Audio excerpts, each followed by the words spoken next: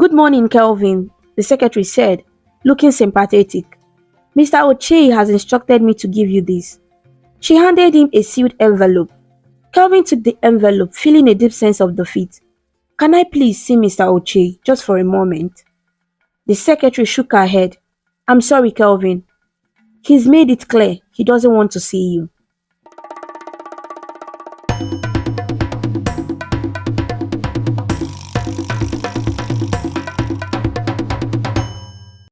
Kelvin was a good and humble man who married a beautiful woman named Debbie. They had a child together named Isaac and lived happily in Port Harcourt, Nigeria. Kelvin worked as a manager at a big company, while Debbie was an influencer. She was popular on social media and had many followers who admired her. Everything seemed perfect in their lives. They had a lovely home, good jobs, and a precious son. Kelvin always made sure to spend quality time with Isaac. He would read bedtime stories to him, take him to the park, and play games with him. Debbie, on the other hand, was often busy with her work. She spent a lot of time taking pictures, making videos, and chatting with her followers online.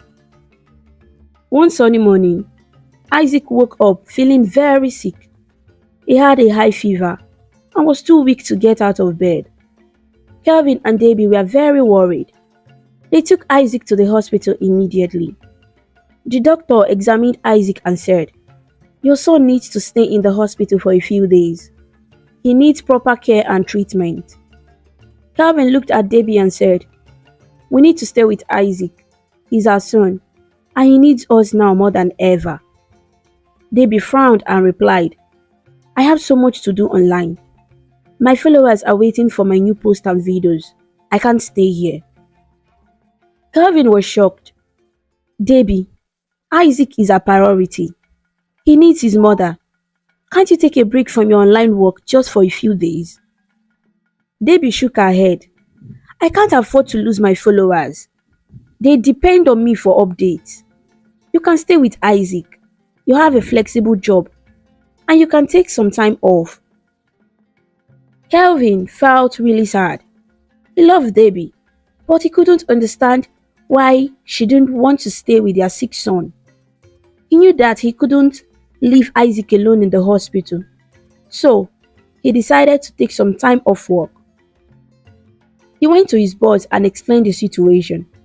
His boss was very understanding and said, "Take all the time you need, Kelvin. Family comes first." Kelvin thanked his boss and went back to the hospital to be with Isaac. He sat by Isaac's bed and held his hand. "Don't worry, my boy. Daddy is here with you," he said softly. Isaac smiled weakly. "Thank you, Daddy. I feel better when you are here." Kelvin stayed with Isaac day and night. He read him stories, played gentle music, and talked to him. He made sure that Isaac took his medicine on time and ate his meals. The nurses were very kind and helped Kelvin take care of Isaac. One evening, while Kelvin was sitting by Isaac's bed, Isaac looked up at him with big sad eyes. "Daddy, why isn't Mommy here with us?" he asked. Kelvin sighed, trying to find the right words. "Mommy is very busy with her work, Isaac, but she loves you very much." Isaac's eyes filled with tears. "I miss her, Daddy. I want her to be here." Kelvin hugged Isaac tightly. "I know, my boy, I know, but I am here, and I will not leave your side." Days passed, and Isaac kept asking the same question. "Daddy, will Mommy come today?" Kelvin's heart broke a little each time. "I don't know, Isaac, but let's focus on getting you better. Mommy will see you soon." As Isaac began to recover, Kelvin felt a mix of relief and sadness. He wished Debbie had been there to see their son's bravery and strength. He hoped that one day, Debbie would realize how Isaac needed her. Isaac looked up at his father one day and said, "Daddy, I'm glad you stayed with me. You are the best." Kelvin smiled, fighting back tears. And you are the bravest boy I know, Isaac. We are a team, and we will always be here for each other. Kelvin knew that Isaac's recovery was a turning point.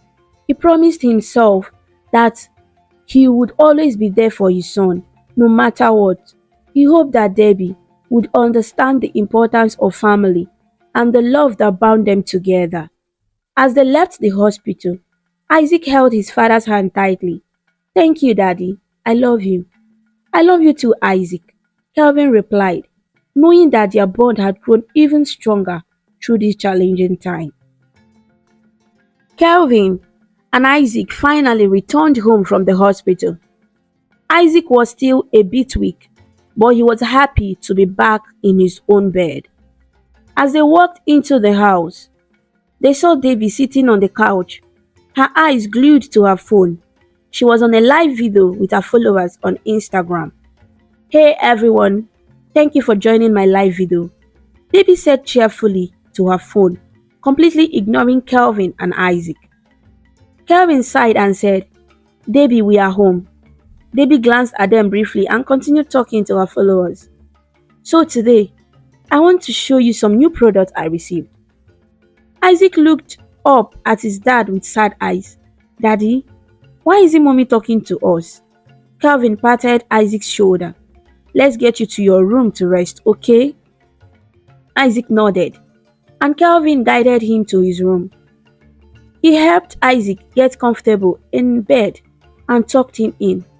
"Rest now, Isaac. I'll be right here if you need anything." "Okay, Daddy, thank you," Isaac replied softly, closing his eyes. Kelvin walked back to the living room, his heart heavy with frustration. He approached Debbie, who was still engrossed in her live video. "Debbie, we need to talk," he said firmly. Debbie held up a finger, signaling for him to wait. "Hold on, everyone. I have to deal with something," he told her followers. But she didn't end the live video. Instead, she continued talking, ignoring Kelvin. Kelvin's patience snapped. "Debbie, this is important. Isaac needed you, and you weren't there for him." Debbie glanced at him annoyed. "I'm busy, Kelvin. Can't you see that? My followers expect me to be online." Kelvin's anger boiled over. "Your son needed you. He's been asking for you, and all you care about is this phone." In a fit of frustration, he grabbed her phone and turned off the live video. Debbie jumped up furious. "How dare you? Give me back my phone." Kelvin held the phone away from her. "You need to listen to me, Debbie. Isaac is more important than your followers." Debbie longed for the phone, and they started struggling over it. "Give it back, Kelvin. You don't understand how important this is." Their shouting and fighting grew louder. In the commotion, Isaac, who had been resting in his room, woke up and heard his parents yelling. Frightened and confused, he ran out of his room and out of the house. "Daddy, Mommy, stop fighting," Isaac cried, standing in the doorway. Kelvin and Debbie froze, their argument forgotten. But in the chaos, Debbie, still not fully aware of Isaac's presence, swung her arm and accidentally hit Isaac with a chair she had moved. Isaac fell to the ground, crying out in pain. "Ow! Daddy! Mommy!" Kelvin's heart stopped. He rushed to Isaac's side, trying to help him. "Isaac, are you okay? Can you stand?" Isaac kept screaming, clenching his arm. "It hurts! Daddy, it hurts!" Debbie too became scared. She dropped the phone and ran to Isaac. "Oh no, Isaac, I'm so sorry. Are you okay?" Kelvin gently lifted Isaac, trying to calm him down. "It's okay, Isaac. We are going to the hospital. Everything will be alright."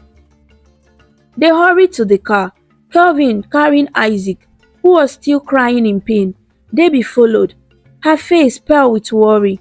They drove to the hospital as quickly as they could. When they arrived at the hospital, the medical staff immediately wheeled Isaac into the emergency ward. Kelvin and Debbie followed closely, their hearts pounding with fear and worry. The bright lights and bustling nurses in the emergency room made everything seem even more urgent and frightening. Kelvin held Debbie's hand, squeezing it tightly. "He will be okay, Debbie. He has to be okay," he whispered, trying to reassure both of them. Debbie nodded, but her eyes were wide with panic. "I hope so, Kelvin. I really hope so."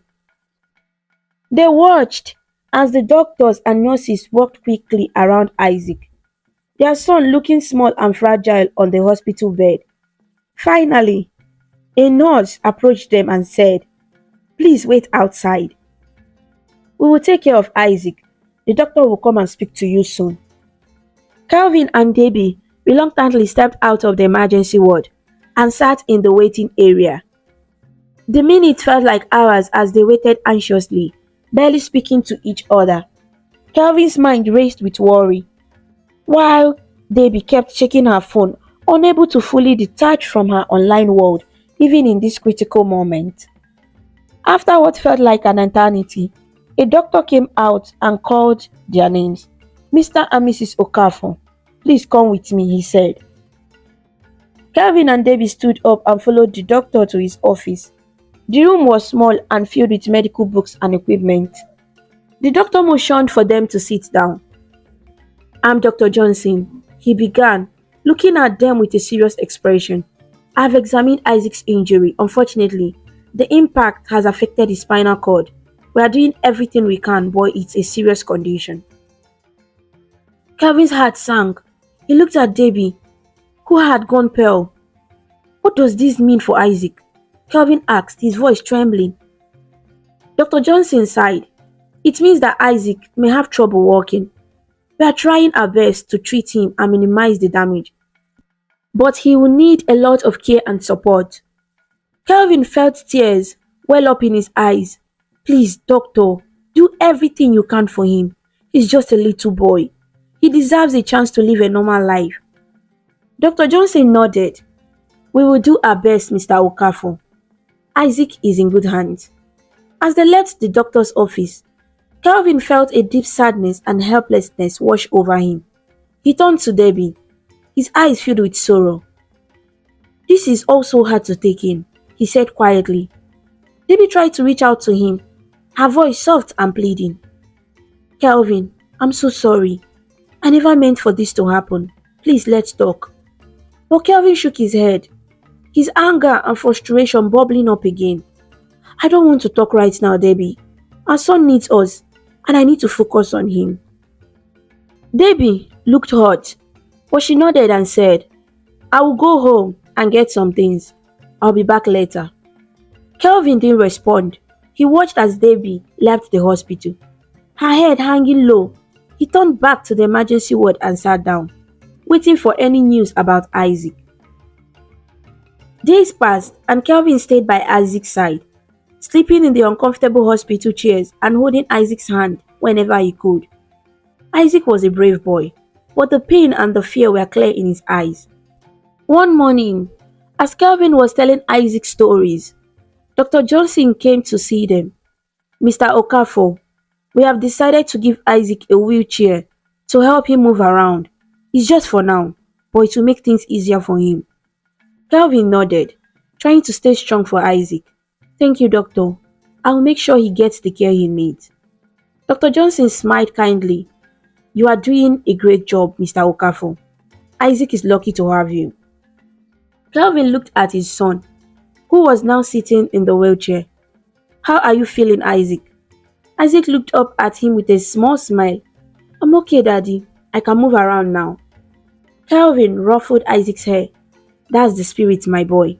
We will get through this together." Dr. Johnson put a hand on Calvin's shoulder. "Remember, Mr. Okafor, it's important to keep Isaac active and engaged. Encourage him to do the things he loves and support him as much as you can." Calvin nodded. "I will, doctor. Thank you." As they left the doctor's office, Calvin pushed Isaac's wheelchair through the hospital corridors. He couldn't help but think about how much their lives had changed in such a short time. Back in the hospital room, things were different. Calvin had tried to reach out to Debbie, but she hadn't returned. He focused all his energy on taking care of Isaac, helping him adjust to his new way of life. He made sure Isaac was comfortable, played games with him, and read him stories. One evening, as Kelvin was helping Isaac with his bedtime routine, Isaac looked up at his father and asked, "Daddy, where is mommy? Why hasn't she come back since?" Kelvin's heart ached. He didn't want Isaac to feel abandoned. "Mommy is very busy, Isaac, but don't worry, I'm here with you, and I won't leave your side." Isaac nodded, his eyes filled with trust. "I love you, Daddy." Kelvin hugged him tightly. "I love you too, Isaac. We'll get through this together." With Isaac's smile and determination, Kelvin knew they would face the challenges ahead with courage and love. No matter what happened, he would always be there for his son. Finally, the day came when Isaac was discharged from the hospital. Kelvin carefully helped Isaac into the car, securing his new wheelchair in the back. He drove home, trying to stay positive for Isaac's sake, even though his heart was heavy with worry about Debbie. When they arrived home, Kelvin pushed Isaac's wheelchair up the ramp he had quickly installed. They entered the house, and Kelvin immediately noticed the eerie silence. He called out, "Debbie, we are home." But there was no response. Kelvin's heart sank. He wheeled Isaac into the living room and said, "Isaac, you stay here for a moment, okay? I need to check on something." Isaac nodded, his face showing a mix of tiredness and curiosity. "Okay, Daddy, please, can you take me to my room?" Kelvin agreed and pushed him up to his room. Kelvin searched the house, moving from one room to room, but there was no sign of Debbie. Panic started to set in as he entered their room. When he entered, he saw that Debbie's bags were gone. He checked the closet and found it half empty, her clothes missing. Feeling a sense of dread, Kelvin opened the drawer on her side of the bed and found a letter. His hands trembled as he unfolded it and began to read. "Dear Kelvin, I'm so sorry for what I have done. I can't stand the guilt of putting Isaac in such a condition. Every time I look at him, I see my failure. I know I should be strong, but I can't. I have to leave. Please forgive me. Take care of Isaac. He needs you more than ever. With all my love, Debbie." Kelvin's heart broke as he read the words. Tears flowed down his cheeks, and he sat down heavily on the bed, clutching the letter. The weight of the situation bore down on him, and he felt completely overwhelmed. "Why, Debbie? Why did you leave us?" he whispered to the empty room. Suddenly, he felt a gentle touch on his arm. Startled, he looked up to see Isaac sitting in his wheelchair, watching him with wide, concerned eyes. "Daddy, why are you crying? Where is mommy?" Isaac asked softly. Kelvin quickly wiped his tears, trying to compose himself. "I wasn't crying, Isaac. Just had something in my eye." Isaac wasn't convinced. "But Daddy, I saw you. Why are you sad?" Kelvin knelt beside Isaac, forcing a smile. "Mommy had to go away for a little while, for a business, but don't worry, she'll be back soon." Isaac's eyes filled with tears. "I miss mommy." Kelvin hugged him tightly, his own tears threatening to spill over again. "I know, Isaac. I miss her too, but we have each other, and I will always be here for you." He picked up Isaac and carried him back to his room. Kelvin put on a brave face, knowing that he had to be strong for his son. He set Isaac down on his bed and said, "Let's get you comfortable, and then I will make us some dinner." Isaac nodded, still looking sad but trying to be brave like his father. "Okay, Daddy." Kelvin tucked Isaac in and then went to the kitchen to prepare some food. He felt numb as he moved around, the reality of David's departure sinking in deeper with every passing minute. As he cooked, his mind raced with thoughts of how he would manage everything on his own. He had to balance his job, take care of Isaac, and somehow find a way to explain Debbie's absence without hurting Isaac more than he already was. After a while, Kelvin brought a tray with food into Isaac's room. He had made Isaac's favorite meal, hoping to lift his spirits a bit. Here you go, Isaac. Your favorite spaghetti and meatballs. Isaac smiled a little, his eyes lightening up. Thank you, Daddy. You always know how to make me feel better. Kelvin sat down beside him and they ate together. Isaac talked about his time in the hospital, the nice nurses, and how he liked the wheelchair because it was kind of being in a race car. Kelvin listened, grateful for the distraction from his own swelling emotions. After dinner, Kelvin helped Isaac get ready for bed. He read him a story, one of Isaac's favorites, about a brave knight who saved his kingdom from a fierce dragon. Isaac listened intently, his eyes dropping as sleep finally took over. Kelvin kissed Isaac's forehead and whispered, "Good night, my brave boy. I love you." "Love you too, Daddy," Isaac murmured sleepily. Kelvin turned off the light and quietly left the room. He went back to the living room and sat down, feeling the weight of exhaustion and sadness settle over him. He picked up the letter from Debbie again and read it once more, hoping to find some comfort in her words, but all he felt was a deep sense of loss. He knew that from this moment on, he had to be both mother and father to Isaac. He had to be strong, even when he felt like falling apart. Isaac depended on him, and he couldn't let him down. Kelvin wiped his tears and took a deep breath. One day at a time, he told himself, "We will get through this. Isaac and I will be okay." With that resolve, he went to bed, hoping that tomorrow would bring a bit of light to their dark situation. He knew the road ahead would be tough, but he was determined to face it with all the love and strength he had for his son. The next morning, Kelvin was in the kitchen making breakfast. He had managed to get a few hours of sleep, but his mind was still heavy with worry. He wanted to make sure Isaac started his day with a good meal, so he was preparing pancakes, one of Isaac's favorites. Just as he was flipping a pancake, his phone rang. He looked at the screen and saw that it was his boss, Mr. Ochei. Kelvin's heart sank. He knew this call was not going to be pleasant. "Hello, sir," Kelvin answered, trying to sound composed. "Kelvin, where have you been?" Mr. Ochei's voice was sharp and angry.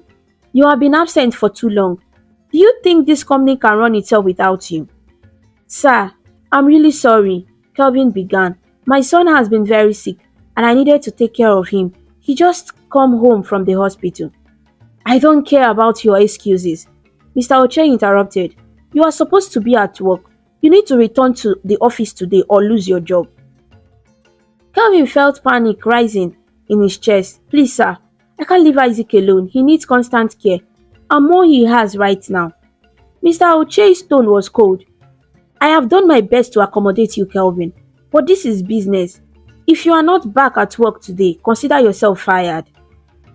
With that, Mr. Ochei hung up the phone. Kelvin stood there, the phone still in his hand, feeling a wave of despair wash over him. Losing his job would be a huge blow, but leaving Isaac alone wasn't an option either.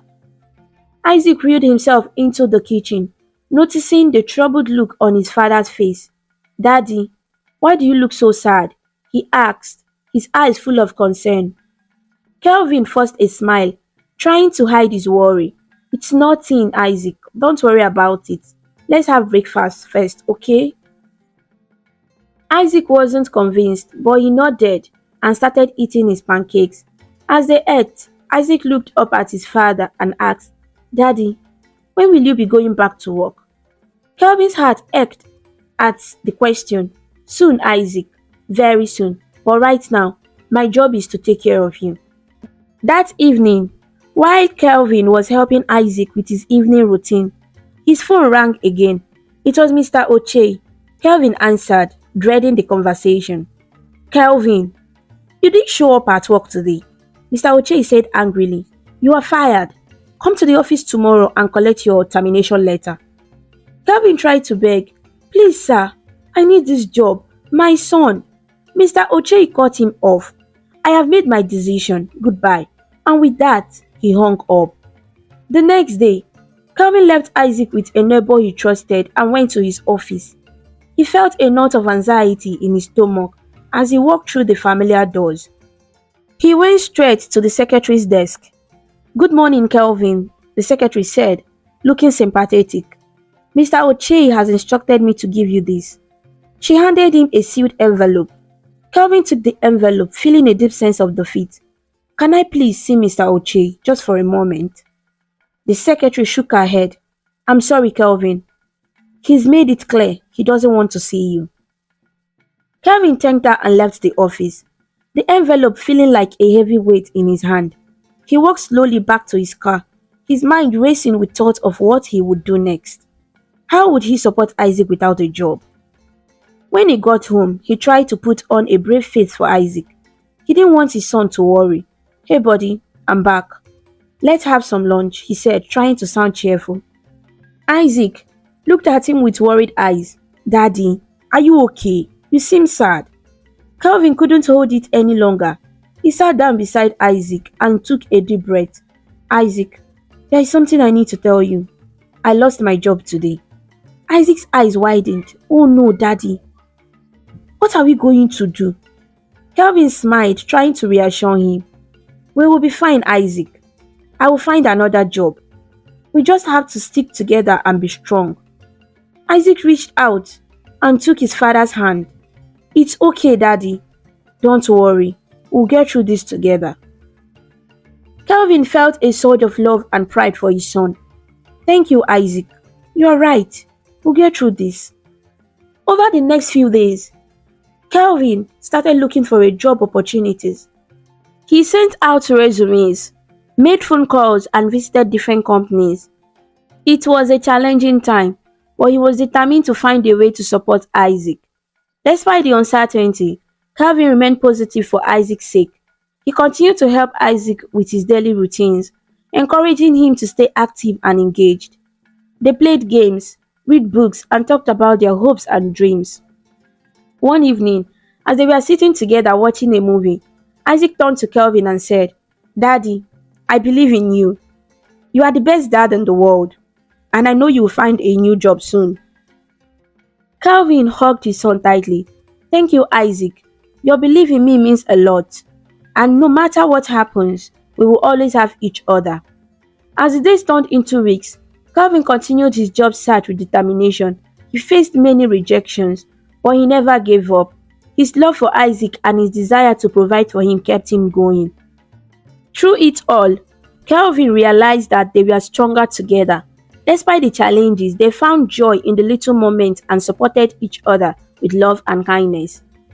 Time went by, and despite Kelvin's best efforts, he was unable to secure a new job.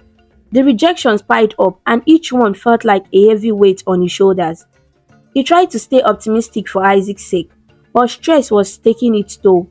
Their savings were dwindling rapidly, and he knew they didn't have much left at all. One morning, as Kelvin was preparing a simple breakfast for Isaac, he realized that their pantry was almost empty. They had only a few basic items left, and the little money he had was barely enough to buy groceries, let alone cover Isaac's medication. Kelvin sat down at the table, his head in his hand, feeling the crushing weight of their situation.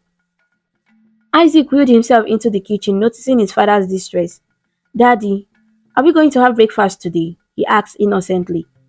Kelvin forced a smile. Yes, Isaac, we'll have breakfast. I'm just thinking about what we can make. He checked through the cupboards and managed to put together a small meal for them. As they ate, Kelvin knew he couldn't wait any longer to find a way to support them. He needed to take action, even if it meant doing odd jobs just to get by. Later that day, Kelvin decided to head out into the street to look for any kind of work. He hated the thought of leaving Isaac alone, but he had no choice. He gave Isaac a big hug and said, I need to go out and find some work, Isaac. I won't be gone too long. Please be careful and stay in your wheelchair, okay? Isaac nodded, his eyes full of trust. Okay, Daddy, I'll be careful. Kelvin left the house with a heavy heart, determined to find some way to make a little money. He walked through the street, asking at shops and businesses if they needed any help. He offered to do anything, cleaning, carrying goods, anything that would pay him a little money. The work was hard and often demeaning, but Kelvin didn't care. He needed to provide for Isaac. On good days, he managed to earn a small amount that he used to buy food and medicine. But there were days when he came home empty handed, feeling the stench of failure. One evening, Calvin returned home exhausted. He opened the door and found Isaac on the floor next to his wheelchair. Isaac had tried to help himself to a glass of water and had fallen. Isaac! Calvin rushed over, lifting his son gently back into the wheelchair. Are you hurt? Isaac shook his head, tears in his eyes. I'm okay, Daddy. I just wanted some water. Calvin hugged him tightly, his heart breaking. I'm so sorry, Isaac. I should be here for you. I promise I'll find a way to make things better. Isaac held onto his father, sensing his deep sadness. It's okay, Daddy. I know you are trying your best. Calvin spent the rest of the evening making sure Isaac was comfortable and had everything he needed. He prepared a simple meal and they ate together in silence. The weight of their situation hung heavy in the air. The days turned into weeks, and Calvin continued his struggle. He went out every day looking for work and doing whatever jobs he could find. Some days were better than others, but many times he returned home with little or nothing. It pained him deeply to see Isaac go to bed hungry, but he tried to keep their spirit up. Daddy, I believe in you, Isaac would say, his small voice filled with hope. We are going to be okay. Calvin would smile and nod, even though he felt the gnawing worry in his heart. Yes, Isaac, we are going to be okay. One particular difficult day, Calvin had worked from morning till evening, only to come home empty-handed. He felt the sting of failure more acutely than ever. As they sat down for dinner, which consisted of only a few pieces of bread, Isaac noticed his father's downcast expression. Daddy, don't be sad, Isaac said, trying to cheer him up. We have each other, and that's what matters most. Calvin looked at his son, his eyes brimming with tears. You're right, Isaac. We do have each other. And as long as we have each other, we can get through anything. Isaac smiled and reached out to hold his father's hand. I love you, Daddy. I love you too, Isaac. Calvin replied, squeezing his son's hand gently. And I promise I'll keep trying. I won't give up. Despite the hardships, their love for each other never wavered. They faced each day with hope and determination, finding strength in their bond. Calvin knew that as long as they had each other, they could weather any storm. As the weeks continued to pass, Calvin kept pushing forward. He did everything he could to ensure Isaac had what he needed, even if it meant going without himself. And through it all, he never stopped believing that one day things would get better. Together they faced each challenge with courage and love, knowing that as long as they had each other, they could overcome anything, and in those moments of quiet determination, they found the strength to keep moving forward, one day at a time. One evening, Kevin came home exhausted from another day of hard work. As he opened the front door, he called out, Isaac, I'm home, expecting to hear his son's cheerful response, but there was only silence. A chill ran down his spine and he hurried into the living room. There, he saw Isaac lying on the floor, looking unconscious. Fear gripped Kelvin's heart and he rushed to his son's side. Isaac, Isaac, wake up, he cried, gently shaking him, but Isaac didn't respond. Kelvin scooped Isaac into his arms. His heart pounding with fear, he ran out of the house, desperately looking for help. They had sold their car a few months back to pay for Isaac's medications, so he had to find a taxi. Help, somebody please help, Kelvin shouted as he stood by the roadside, waving frantically. A taxi pulled over and the driver rolled down the window. What's wrong? The driver asked, his eyes widening as he saw Isaac. Please, take us to the hospital, my son is unconscious, Kelvin begged. The driver nodded and quickly unlocked the doors. Kelvin got into the back seat, still holding Isaac tightly. Thank you, he murmured as the taxi sped towards the hospital. At the hospital, nurses rushed to their aid as soon as Kelvin explained the situation. Isaac was whisked away into the emergency ward, leaving Kelvin standing anxiously in the waiting area. Minutes felt like hours as he paced back and forth, his mind racing with worry. Finally, the doctor came out. Mr. Okafor, your son is stable for now, but he needs surgery to get better. He will regain consciousness soon, but we need to act quickly. Kelvin felt a glimmer of hope. Thank you, doctor. Please go ahead with the surgery. The doctor hesitated. We need payment before we can proceed. At least half of the surgery costs need to be covered upfront. Calvin's heart sank. He had no money left. He had spent everything on Isaac's previous treatment and their daily needs. Doctor, please. I don't have the money right now, but I promise I will get it. Please start the surgery. The doctor shook his head sympathetically. I'm sorry, Mr. Okafor, but hospital policy requires payment before we can proceed. We need to ensure that the cost will be covered. Kelvin's mind raced. He couldn't let Isaac suffer because of money. Please, doctor, isn't there anything you can do? I'll find a way to pay. I just need a little time. The doctor looked at Kelvin with pity. I wish I could help, but my hands are tied. We need at least half the payment to start. Kelvin nodded, his throat tight with fear and frustration. I understand. Thank you, doctor. He turned away, feeling the weight of the world on his shoulders. He couldn't let Isaac down, but he had no idea how to get the money. He left the hospital and paced back and forth outside, racking his brain for a solution. Who could he turn to for help? His mind was a whirlwind of thoughts, but he couldn't think of anyone who could lend him such a large amount of money on such short notice. Desperation gnawed at him. He couldn't bear the thought of Isaac suffering because of his inability to pay. He sank to a bench outside the hospital, his head in his hands, trying to come up with a plan. Calvin decided to try Debbie's number, but it wasn't connecting. He felt a pang of frustration and sadness.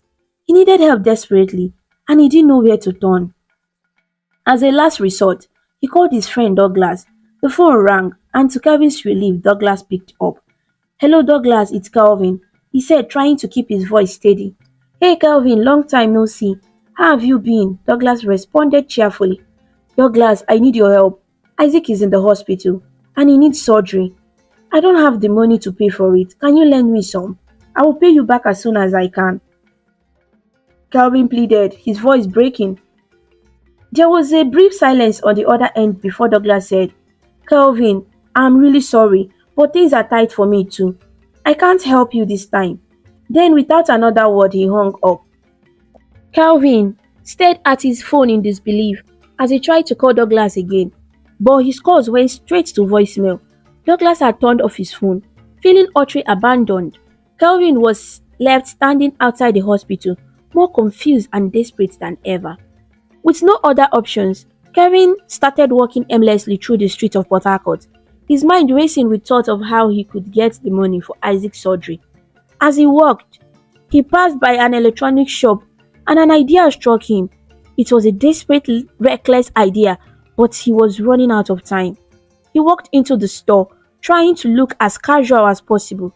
The shop was busy with customers browsing and salespeople assisting them. Calvin approached one of the salesboys, who was showing a customer a new phone. Good afternoon, Calvin said, trying to sound calm. I'm interested in buying an iPhone 15 Pro Max. Can you show me one? The salesboy nodded. Of course, sir. Please follow me. Calvin followed the salesboy to a glass display case where the latest models were showcased. The salesboy took out a sleek, shiny iPhone 15 Pro Max and handed it to Calvin. It's a beautiful phone, the salesboy said. It cost 2.3 million naira. Calvin's heart raced as he held the phone. Isaac's hospital bill was 1.5 million naira. If he could sell this phone quickly, he could pay for Isaac's surgery and have enough left for food and other necessities. He looked around the store, trying to act normal. Can you show me another phone?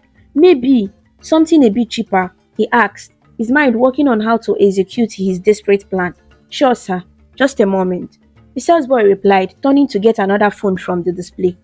The moment the salesboy's back was turned, Calvin seized his chance. He clutched the iPhone 15 Pro Max tightly and bolted out of the store.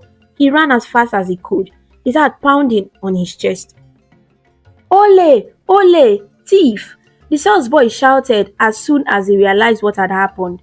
People in the busy street of Port Harcourt turned their heads at the commotion and saw Calvin running with the stolen phone.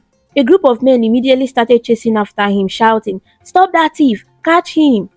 Calvin's legs burned as he pushed himself to run faster. He zigzagged through the crowded street, trying to lose his pursuers, but they were relentless. He could hear their footsteps getting closer and the shouts of angry people echoing around him. His mind raced with thoughts of Isaac and how desperate he was to save his son. The fear of getting caught was overshadowed by the fear of losing Isaac. He couldn't stop now. He had to keep going. As he ran, Kelvin glanced back and saw the crowd gaining on him. Panic surged through him. He darted down an alleyway, hoping to find a place to hide, but it was a dead end. He was trapped. Kelvin turned to face the oncoming crowd. His breath raged and his heart pounding. He clutched the stolen phone, knowing he had made a terrible mistake, but also knowing he had no other choice. The men closed in on him, their faces twisted with anger. "Please, I need this money to save my son," Kelvin shouted, his voice desperate and pleading. "I'm sorry, I have no other choice." The crowd didn't care about his explanation. They grabbed him roughly, and someone snatched the phone from his hand. The shout of "Ole, thief!" grew louder, and Kelvin felt a sense of hopelessness wash over him. He had failed Isaac, and now he would face the consequences of his actions. As the crowd began to beat Kelvin, he tried to shield himself from the blows. Suddenly, a voice shouted, "Stop!" The crowd hesitated, and Kelvin looked up through his tears to see who had come to rescue him. To his surprise, it was his childhood best friend, Emeka. Emeka had relocated with his parents when they were much younger, and Kelvin hadn't seen him in years. Emeka was now the owner of the electronics store. "Let him be," Emeka commanded the men who had been attacking Kelvin. The men tried to explain that Kelvin was a thief, but Emeka cut them off. "I said leave him alone." Emeka helped Kelvin to his feet and hugged him tightly. Kelvin, overwhelmed with emotion, broke down in tears, unable to speak. Emeka looked at him with shock and concern. "Kelvin, what happened to you?" he asked gently. Emeka led Kelvin to a nearby restaurant and ordered some food for him. Kelvin, still shaking, sat down and tried to gather his thoughts. Emeka placed a plate of food in front of him and said, "Eat something, Kelvin. You look like you haven't had a decent meal in days." Kelvin took a few bites, the warmth of the food bringing some comfort. "Thank you, Emeka," he said, his voice trembling. "Thank you for saving me from those men." Emeka shook his head. "Don't thank me yet. Tell me what happened. Why were you stealing from my store?" Kelvin sighed deeply and began to narrate his ordeal. He told Emeka about Isaac's illness, the mounting medical bills, and how he had lost his job, and also how his wife left. He explained how desperate he had become and how he had seen no other way to get the money needed for Isaac's surgery. Emeka listened intently, his expression growing more serious with each word. When Kelvin finished, Emeka leaned back in his chair, looking troubled. "Kelvin, I had no idea you were going through all this. I'm so sorry." Kelvin looked down at his hands, feeling ashamed. "I didn't know what else to do, Emeka. I was desperate." Emeka reached across the table and placed a hand on Kelvin's shoulder. "It's okay, Kelvin. You are trying to save your son. I understand." Kelvin nodded, tears welling up in his eyes again. "I don't know where else to turn. Thank you for not letting them hurt me." Emeka stood up and helped Kelvin to his feet. "Come on, let's go to the hospital. I want to see Isaac and make sure he's okay." They left the restaurant and got into Emeka's car. The drive to the hospital was filled with a mix of relief and anxiety. Kelvin couldn't believe he had found Emeka again, and he hoped that his old friend could really help Isaac. When they arrived at the hospital, Emeka went straight to the front desk. "I need to clear the medical bills for Isaac Okafor. How much do I owe?" The receptionist looked up the information and told him the amount. Without hesitation, Emeka took out his wallet and paid the bill in full. "Please, make sure the surgery is carried out immediately," he instructed the staff. Kelvin stood by, overwhelmed with gratitude. "Emeka, I don't know how to thank you," he said, his voice choked with emotion. Emeka smiled and patted Kelvin on the back. "You don't have to thank me. We are friends, and friends help each other. Let's focus on Isaac for now." They waited in the hospital while the doctors prepared for Isaac's surgery. Emeka stayed by Kelvin's side, offering support and reassurance. Kelvin felt a sense of hope he hadn't felt in a long time. The hours seemed to stretch on forever as they waited for news. Finally, The doctor came out and approached them. Mr. Okafor, the surgery was successful. Isaac is in recovery now. He will need some time to heal, but he's going to be okay. Kelvin felt a wave of relief wash over him. He hugged the doctor and then turned to Emenike. Thank you, Emenike. You saved Isaac's life. I don't know how I will repay you. Emenike shook his head. There is no need to repay me, Kelvin. Just take care of Isaac and make sure he gets better. That's all I want. As they sat by Isaac's bedside, waiting for him to wake up, Kelvin couldn't help but feel incredibly grateful. He had been through so much, but finding Emenike again had been a blessing. He looked at his friend and said, I'm so happy to see you again, Emenike. You have given me hope when I had none left. Emenike smiled warmly. I'm glad I could help, Kelvin. And I'm happy to see you too. Let's make sure Isaac gets all the love and care he needs to recover fully. Isaac slowly opened his eyes, blinking as he adjusted to the light. Daddy, is that you? He whispered, his voice weak but filled with hope. Kelvin leaned over and took Isaac's hand. Yes, Isaac, I'm here. You are going to be okay. You had a surgery, and now you just need to rest and get better. Isaac smiled faintly, his eyes closing again as he drifted back to sleep. Kelvin looked at Emenike, his heart full of gratitude. Thank you for being here, my friend. You have made all the difference. Emenike nodded. We'll get through this together, Kelvin. You and Isaac are not alone. As Kelvin sat by Isaac's side, he felt a renewed sense of strength and hope. With Emenike's support, he knew they could face whatever challenges lay ahead. For the first time in a while, Kelvin felt that everything was going to be alright. As time went by, Isaac felt better and stronger. His recovery was nothing short of miraculous, and soon the doctors declared him well enough to go home. Kelvin was overjoyed, and as he watched Isaac walk out of the hospital on his own two legs, free from the confines of the wheelchair that had defined their lives for so long. Thank you, Daddy, Isaac said, holding his father's hand tightly. Thank you for everything. Kelvin's heart swelled with pride and gratitude. You are welcome, my boy. I'm so proud of you. We are going home and things are going to be better from now on. Emenike was waiting for them outside the hospital. He had been a constant support throughout Isaac's recovery, providing not only emotional support but also financial help. He hugged Kelvin and Isaac warmly. Congratulations, Isaac. You are a brave young man, he said, smiling down at the boy. Thank you, Uncle Emenike. Isaac replied, smiling brightly.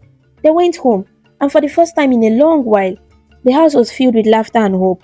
Emenike continued to help them, giving them money for food and other necessities. One day, he approached Kelvin with an offer. Kelvin, why don't you come and learn my line of business? You can work with me and support Isaac.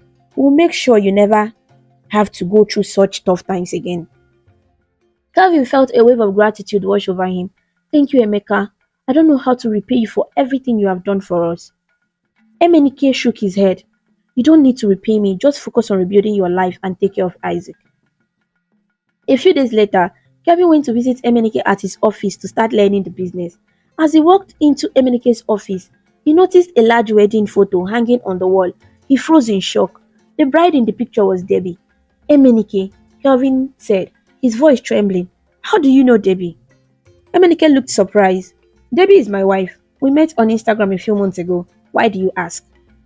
Kelvin felt a mix of emotions, sadness, anger and betrayal.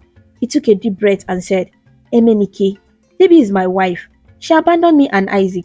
She's the reason Isaac was in a wheelchair for so long. She ran away and left us to suffer. Emenike's eyes widened in disbelief. What? Debbie never mentioned anything about her past. She said she was single and had no children. Kelvin nodded, feeling the weight of his words. I'm telling you the truth. She left us when Isaac needed her the most. She was always too busy with her online followers and didn't care about her family. When Isaac got sick, she refused to stay with him at the hospital. She left us with nothing. Emenike was dumbfounded. He couldn't believe that the woman he married had such a dark past. He stood up abruptly. I need to go home and talk to her, he said, his voice tight with anger. Kelvin nodded. I'm sorry you had to find out this way, Emenike. I never wanted this to happen. Emenike shook his head. It's not your fault, Kelvin. Thank you for telling me the truth. Emenike rushed home, his mind racing with thoughts of betrayal and anger. When he arrived, he found Debbie sitting on the couch, scrolling through her phone as usual. She looked up and smiled. Hi, honey. How was your day? Emenike's face was stern. We need to talk, Debbie. Debbie's smile faded and she saw the serious expression on his face. What's wrong, Emenike? Emenike took a deep breath. I met with Kelvin today. He told me everything about you, about how you left him and Isaac, about how you abandoned your family. Debbie's face turned pale. Emenike, I can explain. It's not what you think.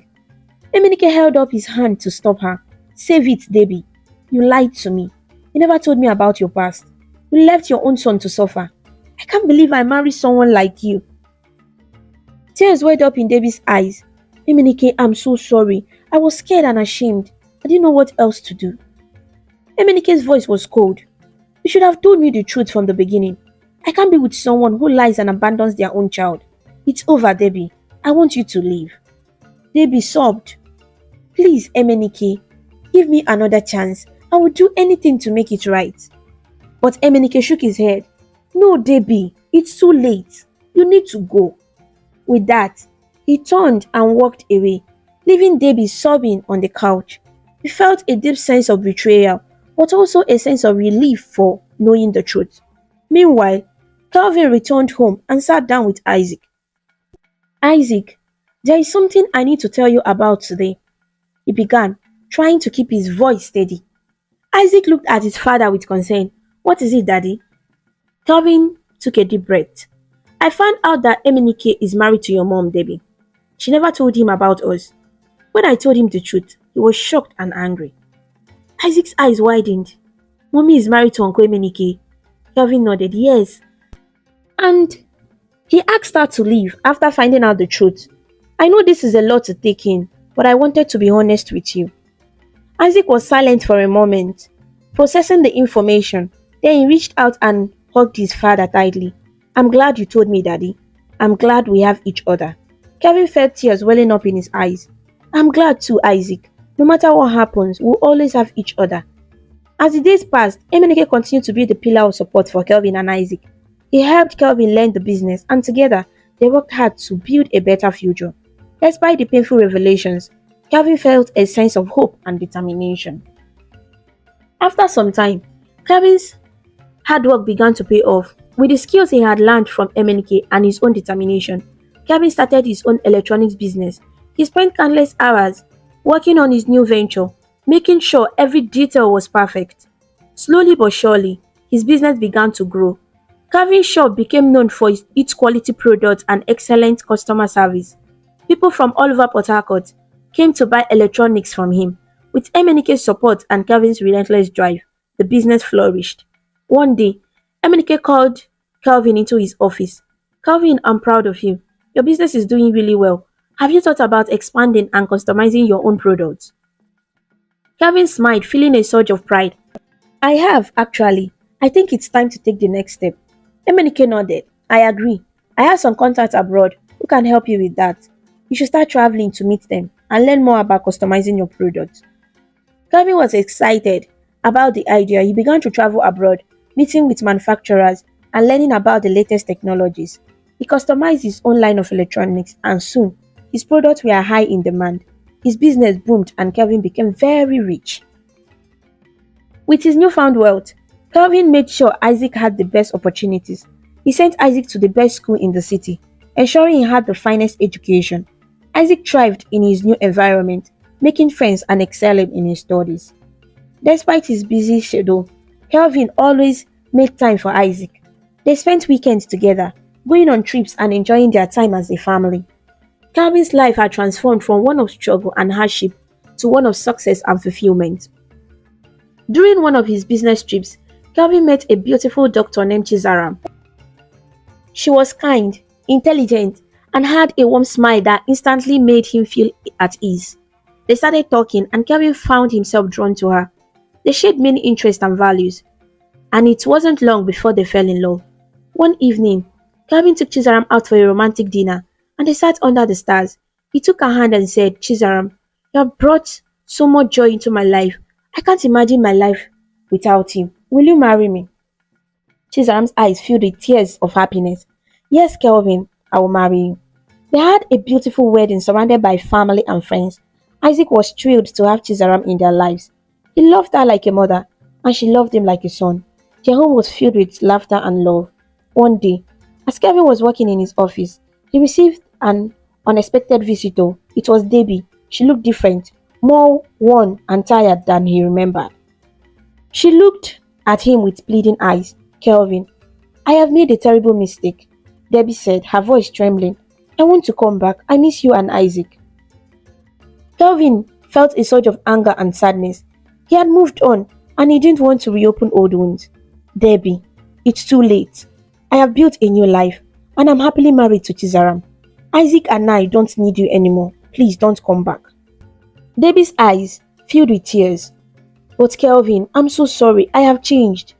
Kelvin shook his head firmly. You abandoned us when we needed you the most. I can't trust you again. Stay away from Isaac and me. We are happy now and I don't want to see you anymore. Debbie left, her shoulders slumped in defeat. Kelvin watched her go, feeling a sense of closure. He had finally put the past behind him and could focus on the future with Chizaram and Isaac. Emeka also found happiness again. He remarried a wonderful woman and they built a happy life together. Kelvin and Emeka remained close friends, supporting each other through the ups and downs of life. Years passed and Kelvin's business continued to grow.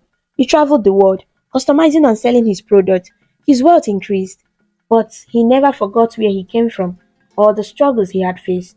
He remained humble and grateful for the life he had built. Isaac grew into a smart, kind, and talented young man. He excelled in school and made his father proud every day. Chizaram's love and care had a profound impact on him, and he often referred to her as his mother. One sunny afternoon, Kelvin, Chizaram and Isaac sat in their backyard, enjoying a picnic. Isaac looked at his father and stepmother, a smile playing on his lips. I'm so happy, Daddy. We have come a long way, haven't we? Kelvin nodded, his heart full of love and pride. Yes, Isaac, we have, and I couldn't have done it without you and Chizaram. Chizaram squeezed Kelvin's hand. We are a family, and families stick together no matter what. They spent the rest of the day talking, laughing, and enjoying each other's company. The sun set, casting a warm glow over their home, symbolizing the love and happiness that filled their lives. Kelvin reflected on his journey, from the struggles and hardship to the success and joy he now experienced. He knew that life would continue to have its challenges, but with Chizaram and Isaac by his side, he felt ready to face everything. As they sat together, Kelvin whispered a silent prayer of gratitude. He had found love, success, and most importantly, he had found a family that supported and cherished him.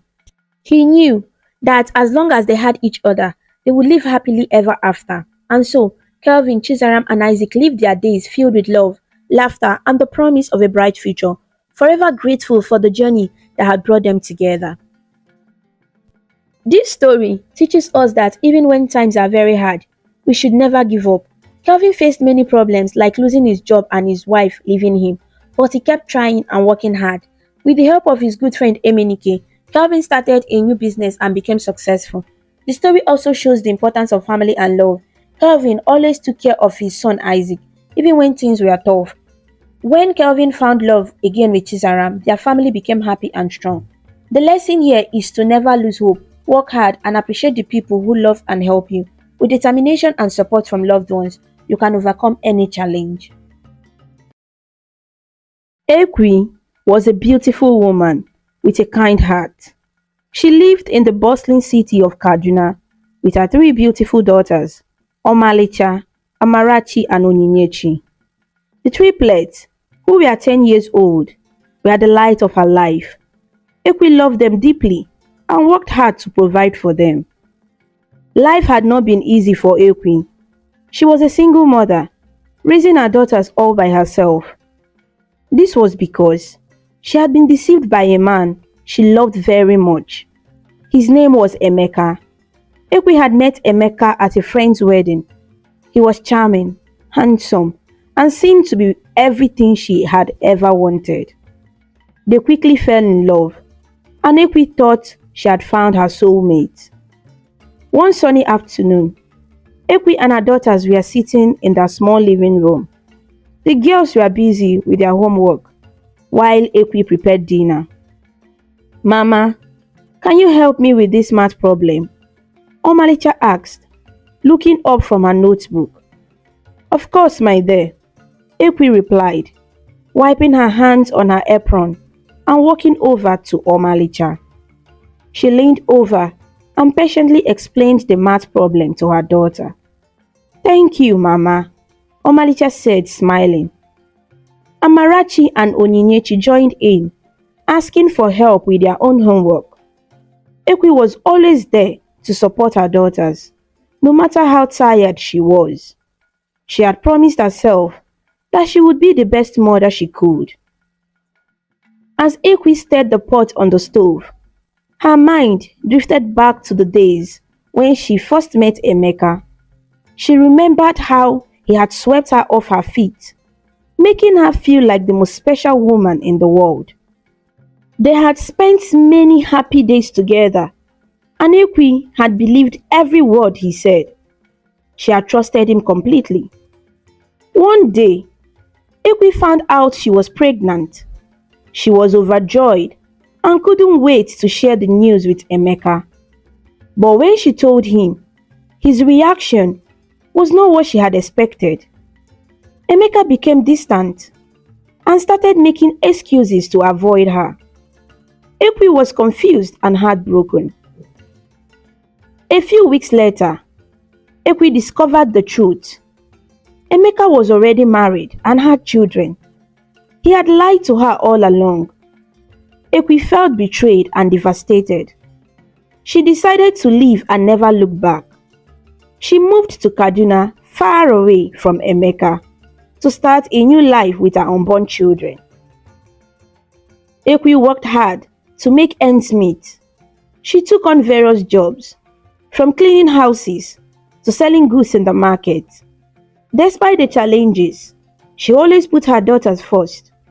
She wanted them to have a good life and a bright future. One evening, as they sat down for dinner, Amarachi looked at her mother and asked, Mama, why don't we have a father like other kids? Ekwi took a deep breath and smiled gently at her daughter. We may not have a daddy here with us, but we have each other, and that's more than enough. I love you girls very much, and I will always be here for you. Onyinyechi chimed in. We love you too, Mama. You are the best. Tears welled up in Ekwi's eyes as she hugged her daughters tightly. Thank you, my sweet girls. You make me so happy. As the months went by, Ekwi continued to work hard and support her daughters. She faced many obstacles, but her love for Omalicha, Amarachi and Onyinyechi gave her the strength to keep going. The bond they shared was unbreakable, and together, they faced the world with courage and determination. Ekwi often told her daughters stories of her childhood in the village, sharing lessons and values she had learned from her own mother. She taught them to be kind, honest, and hardworking. Despite the hardships, their home was filled with love and laughter. One night, as Ekwi tucked her daughters into bed, Omalicha asked, Mama, do you ever get tired? Ekwi smiled and kissed her forehead. Sometimes, my dear, but when I see your smiling faces, all my tiredness goes away. You girls are my joy and my strength. Amarachi and Onyinyechi hugged their mother tightly. We will always make you proud, Mama, they promised. Ekwi nodded, tears of gratitude in her eyes. I know you will, my loves. I know you will. And so, Ekwi and her daughters continued to live their lives in Kaduna, facing each day with hope and love. Despite the difficulties, they had each other, and that made all the difference in the world. Ekwi continued to work hard, taking on multiple jobs to ensure her daughters had everything they needed. She would clean houses in the morning, sell goods at the market in the afternoon, and take on extra sewing jobs at night. Her hands were always busy, her back always bent from the weight of her responsibilities. Despite her efforts, life was a constant struggle. One day, Ekwi became very sick. She had been skipping meals to make sure her daughters had enough to eat. Her body, worn out from hard work and lack of proper nourishment, finally gave in. She felt weak and dizzy, but she tried to hide it from her daughters. "Mama, you don't look well," Amarachi said, worry etched on her young face. "I'm fine, my dear," Ekwi replied with a forced smile, just a little tired. The children did their best to help their mother. They cooked simple meals, cleaned the house, and took care of each other. But Ekwi, despite her illness, refused to rest. She knew that if she didn't work, there would be no food on the table. "Mama, please stay home today," Omalicha begged one morning as Ekwi prepared to leave for work. "We can manage for a day." Ekwi shook her head, her resolve unbroken. "There is no food at home, my love. If I stay, we will all go hungry." "But Mama, you are too sick to walk," Onyinyechi added, her eyes filling with tears. Ekwi hugged her daughters tightly, hiding her own fear and pain. "I will be fine, I promise. I just need to finish today's work and everything will be alright." With a heavy heart, Ekwi left the house. She arrived at the office building where she was employed as a cleaner. She felt weaker with each step she took, but she pushed herself to keep going. As she was mopping the floor, her vision blurred, and she felt a sharp pain in her chest. Before she knew it, she collapsed to the ground. Her colleagues found her and immediately called for an ambulance. They rushed her to the hospital, but Ekwi's daughters were left in the dark. They waited anxiously at home, praying for their mother's safe return. "Please, God, let Mama come back home safe," Omaricha whispered as they huddled together that night. Amarachi held her sisters close, trying to be strong for them. "Mama will be alright. She always is." Onyinyechi nodded, though her heart was heavy with worry. "We have to believe she will be okay." The night seemed endless. The girls tried to stay awake, hoping to hear their mother's footsteps at the door. But Ekwi did not return. They prayed and cried, clinging to each other for comfort. The next morning, there was a knock on the door. It was one of Ekwi's colleagues, Mrs. Chukuma. She looked concerned and tired. "Good morning, children," she said gently. "I came to take you to your mother. She is in the hospital." The girl's eyes widened in fear and relief. "Is Mama okay?" Omalicha asked, her voice trembling. "She's getting better, but she needs to rest," Mrs. Chukuma replied. "Come with me and you can see her." The triplets quickly got ready and followed Mrs. Chukuma to the hospital.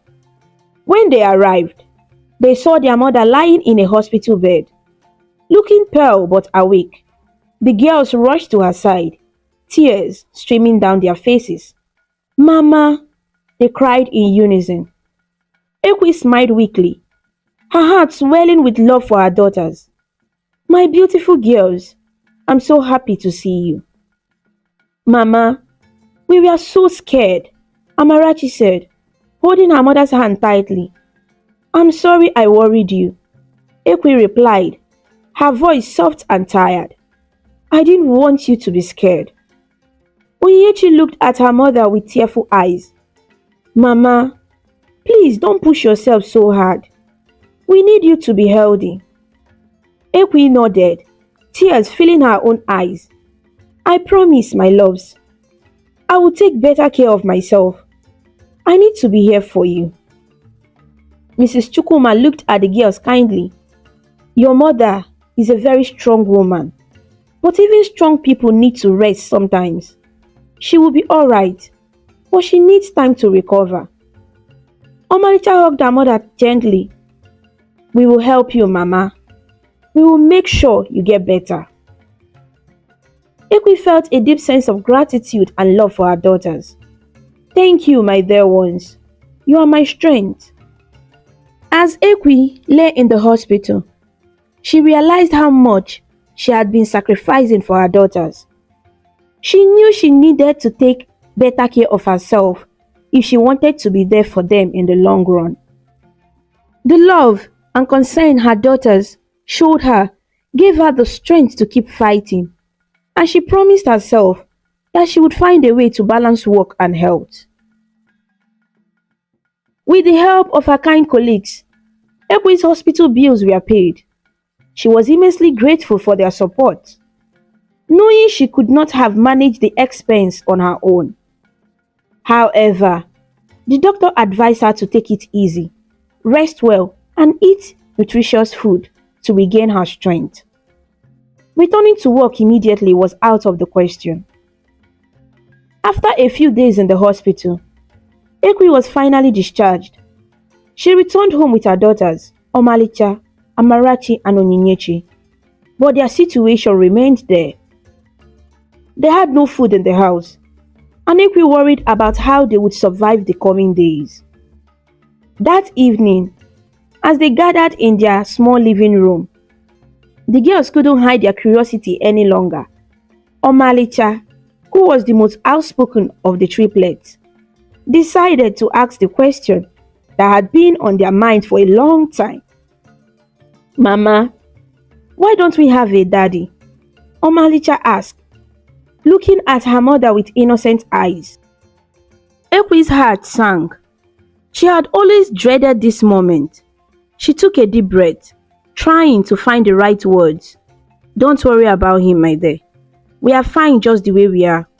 But Mama, we want to know what happened. Amarachi insisted.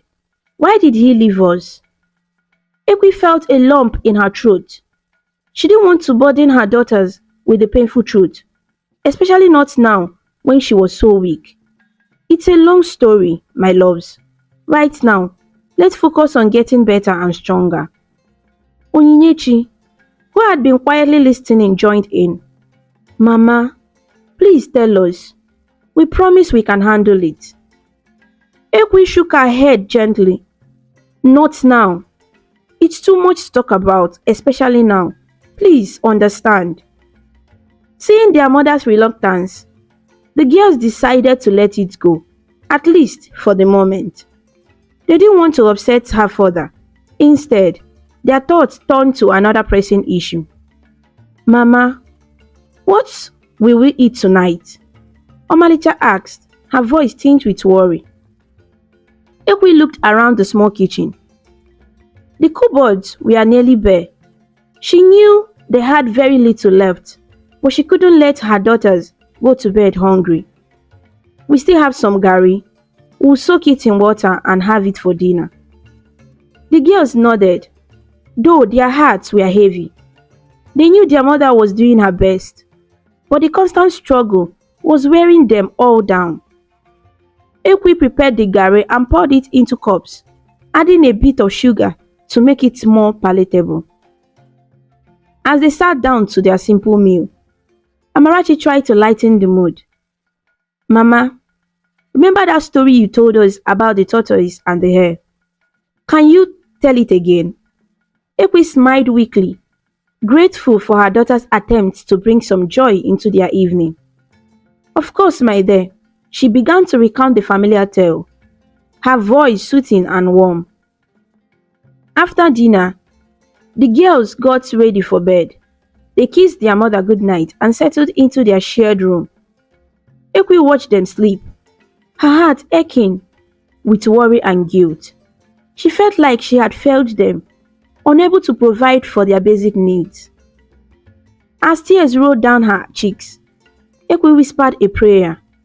God, please help me find a way to take care of my daughters. They deserve so much more than this. The next morning, Ekwe woke up determined to find a solution. She knew she couldn't return to her demanding jobs just yet, but she had to find a way to feed her children. She decided to visit the local market and see if there was any work she could do that wouldn't be too strenuous. Before leaving, she spoke to her daughters. "I need to go out for a while. Stay inside and take care of each other. I will be back soon." Omalicha nodded. "Be careful, Mama.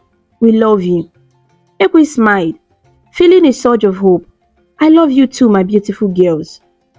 At the market, Ekwe approached the stall owners, asking if they needed any help with light tasks. Many of them knew her and were aware of her situation. One kind woman, Mama Nkechi, offered Ekwe a job selling vegetables. "You can sit and sell from here, Ekwe.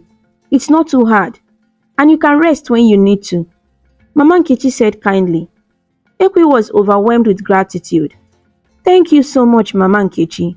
This means a lot to me." She spent the day at the market, selling vegetables and earning a little money. It wasn't much, but it was enough to buy some food for her daughters. When she returned home that evening, her daughters greeted her with hugs and smiles. "Mama, you are back. Did you find any work?" Amarachi asked eagerly. "Yes, I did," Ekwe replied, showing them the food she had bought. "We have enough to make a proper meal tonight." The girls cheered, their faces lighting up with joy. They helped their mother prepare dinner, and for the first time in a long while, they enjoyed a hearty meal together. As they sat around the table, Ekwe felt a glimmer of hope. She knew their struggles were far from over, but with the love and support of her daughters and the kindness of others, she believed they could overcome anything. And that night, as her daughter slept peacefully, Ekwe whispered a prayer of thanks, determined to keep fighting for a better future. The next morning, as the sun peeked over the horizon, Omalicha, Amarachi, and Onyinyechi gathered around their mother, Ekwe with hopeful eyes. They had been talking among themselves for days about their desire to go to school. Today, they decided to ask her directly. "Mama," Omalicha began, her voice filled with a mixture of excitement and apprehension. "Can we go to school? We really want to learn and make you proud." Ekwe looked at her daughters, her heart aching. She wanted nothing more than to give them everything they deserved, but their current circumstances made it difficult. She took a deep breath and sat down with them, her face showing the sadness she felt. "My dear girls," she said gently, "I want you to go to school too. It's very important, but right now, I can't afford it. Please, give me some more time to find a better job. I promise I will do everything I can to make it happen." The triplets exchanged glances, their eyes reflecting their disappointment. However, they understood their mother's struggles and knew she was doing her best. Amarachi, always the peacemaker, spoke up first. "We understand, Mama," she said softly. "We know you are trying your best." Omalicha nodded, trying to stay positive. "We will wait, Mama. We can study at home in the meantime." Ekwe felt a surge of pride and love for her daughters. Despite their hardships, they were strong and resilient. "You are very smart and brave," she said, hugging them tightly. "I'm so proud of you." Whenever Ekwe left for work, the girls would stay at home and read their books. They had a few old textbooks that Ekwe had managed to find at the market, and they cherished them dearly. The triplets would gather in their small living room, taking turns to read aloud and ask each other questions. One day, as they were studying, Onyinyechi found a difficult math problem in their book. She furrowed her brow, trying to understand it. "This one is hard. Can anyone help me?" she asked. Omalicha leaned over to look at the problem. "Let's figure it out together," she suggested. The sisters huddled closer, discussing the problem and trying different solutions until they finally got it right. "We did it!" Onyinyechi exclaimed, her face lighting up with a smile. Amarachi clapped her hands. We are getting better every day. Mama will be so proud of us. The girls continued to learn from each other, their bond growing stronger with each passing day. They were determined not to let their lack of formal education hold them down. They knew that one day, their mother would find a way to send them to school. But until then, they would make the most of what they had. When Ekwi came home in the evenings, she would check on their progress. She was amazed at how much they had learned on their own. You girls are so clever, she would say, her eyes shining with pride. I know you will do great things. One evening, as they sat down for dinner, Omalicha brought up the topic again. Mama, when do you think we can go back to school? She asked. Ekwi sighed, feeling the weight of their dreams on her shoulders. I don't know, my dear, but I'm working hard every day to make it happen. I won't give up, and neither should you. We won't, Mama, Amarachi said firmly. We will keep studying and learning until we can go to school. Onyechi nodded. And when we finally go, we will be the best students there. Ekwi smiled, her heart swelling with love for her daughters. I believe in you, my girls. You are already the best in my eyes.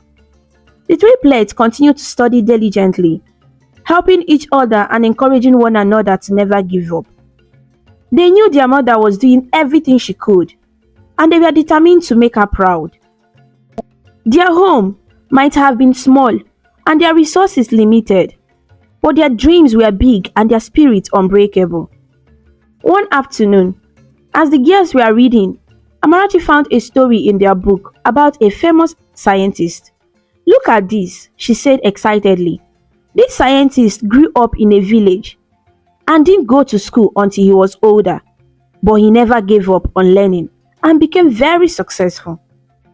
Omalicha's eyes sparkled with determination. That will be us one day.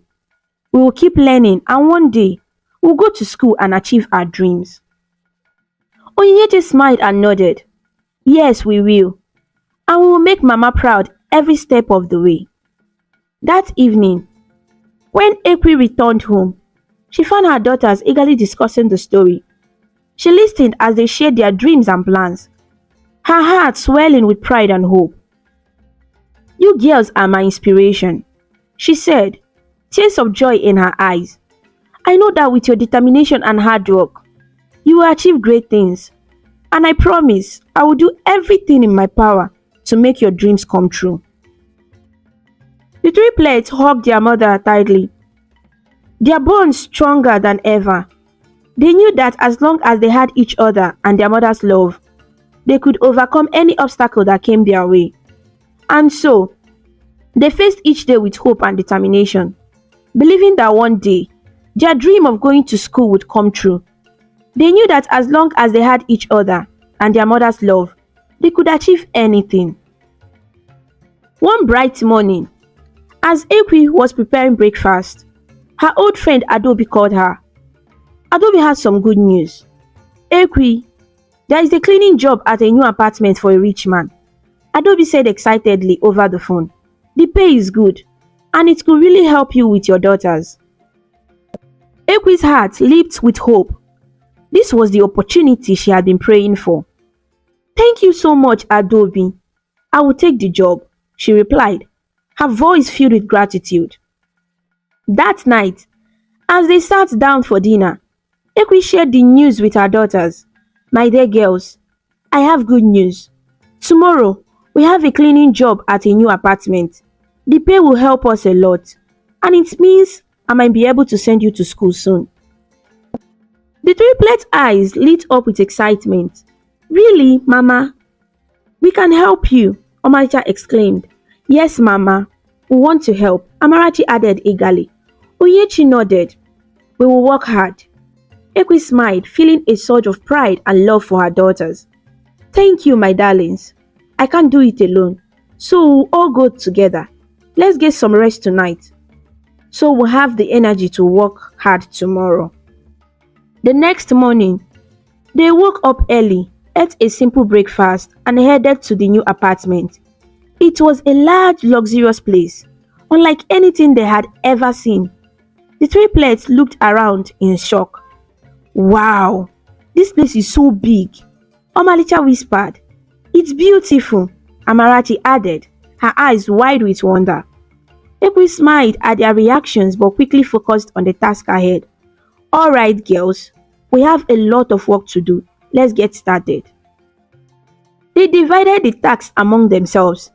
Ekwe scrubbed the floors and cleaned the bathrooms, while the triplets dusted the furniture, wiped the windows and cleaned the kitchen. They worked tirelessly, their determination and teamwork shining through. Mama, look, I made the windows sparkle, Onyinyechi said proudly, showing her mother the gleaming glass. Great job, Onyinyechi. Ekwe praised her daughter. Keep up the good work, everyone. As the day went on, they continued to work hard, taking short breaks to drink water and catch their breath. The triplets never complained, and Ekwe was amazed at how helpful and hardworking they were. By late afternoon, they had finished cleaning the entire apartment. It looked spotless, and Ekwe felt a sense of accomplishment. She called the owner to inform him they were done. We have finished cleaning the apartment, she said. When can we get paid? The owner replied, Thank you for your hard work. Please come back tomorrow for the payment. Ekwe hesitated for a moment, but she had no choice but to agree. Alright, sir, we will come back tomorrow. As they left the apartment and walked home, they were exhausted but content. I'm so proud of you girls. You worked so hard, Ekwe said, her voice filled with pride. We wanted to help, Mama, Amarachi replied, and we did it together. When they arrived home, they quickly prepared a simple dinner. They were too tired to cook anything elaborate, so they ate what little they had and then got ready for bed. Mama, do you think we'll get the money tomorrow? Omalicha asked as she climbed into bed. I hope so, my dear. We worked very hard and I believe everything will be alright. Ekwe reassured her. Onyinyechi yawned and snuggled under her blanket. I'm so tired, but it feels good to help. Ekwe kissed each of her daughters on the forehead. Sleep well, my loves. Tomorrow will be a better day. As the triplets drifted off to sleep, Ekwe sat by their bedside watching them. She felt a mixture of exhaustion and hope. They had worked so hard, and she prayed that their efforts would be rewarded. The next day, they woke up early again, filled with anticipation. After a quick breakfast, they headed back to the apartment to meet the owner. They knocked on the door, and the owner greeted them with a warm smile. Thank you for coming back. Here is your payment, he said, handing Ekwe an envelope. Ekwe's hands trembled slightly as she took the envelope and opened it. Inside was the money they had earned. It was enough to make a real difference for her family. Thank you so much, Ekwe said, her voice filled with gratitude. This means a lot to us. The owner nodded kindly. You did an excellent job. If I need more cleaning in the future, I will definitely call you. As they walked home, Ekwe and her daughters felt a sense of relief and joy. They had worked hard, and it had paid off. Ekwe knew that this money would help them greatly and bring them one step closer to achieving their dreams. We did it, Mama, Omalicha said, her face beaming with pride. Yes, we did, Ekwe replied, hugging her daughters tightly. I'm so proud of all of you. They celebrated that evening with a slightly better dinner, feeling grateful for the opportunity and hopeful for the future. As they sat together, Ekwe looked at her daughters with love and determination. Tomorrow, we'll start planning for your school, she said. This is just the beginning. Together we can achieve anything. The triplets nodded eagerly, their faces shining with happiness and hope. They knew that with their mother's love and their own hard work, their dreams would come true. And so, they went to bed that night, filled with excitement for the future, knowing that brighter days were ahead. The next day, just as the sun was rising, Ekwe's phone rang. It was the man whose apartment they had cleaned the day before, Mr. Joseph. Good morning, Ekwe, he greeted warmly. I was very pleased with your work yesterday. Did you come over again today for another cleaning? Of course, sir, Ekwe replied, trying to hide her excitement. I'll be there as soon as possible. She hurriedly got dressed and left her daughters with instructions to stay safe and continue with their studies while she was out. When she arrived at Mr. Joseph's apartment, he greeted her at the door. Thank you for coming so quickly, Mr. Joseph said. I wanted to ask you something. Are you available to work for me as a full-time housekeeper? Ekwe's heart leaped at the opportunity. This job would provide the stability she needed for her daughters. But she hesitated, thinking about her children. Sir, I have 3 children. If I take this job, I would need to bring them with me. Is that alright? Mr. Joseph smiled kindly. That's not a problem at all. Bring them along. There is plenty of space here. Ekwe felt a surge of relief and gratitude. Thank you so much, sir. I will talk to my daughters and let you know. When she returned home and told her daughters about the job offer, they were overjoyed. Mama, this is a wonderful news. Omalicha exclaimed. Yes, Mama, and you should take the job. Amarachi added eagerly. Onyechi nodded with excitement. We will all be together, and you will have a good job. Ekwe, however, still felt a bit uncertain. Are you sure you are alright with this? It will mean a big change for all of us. We are sure, Mama, Omalicha reassured her.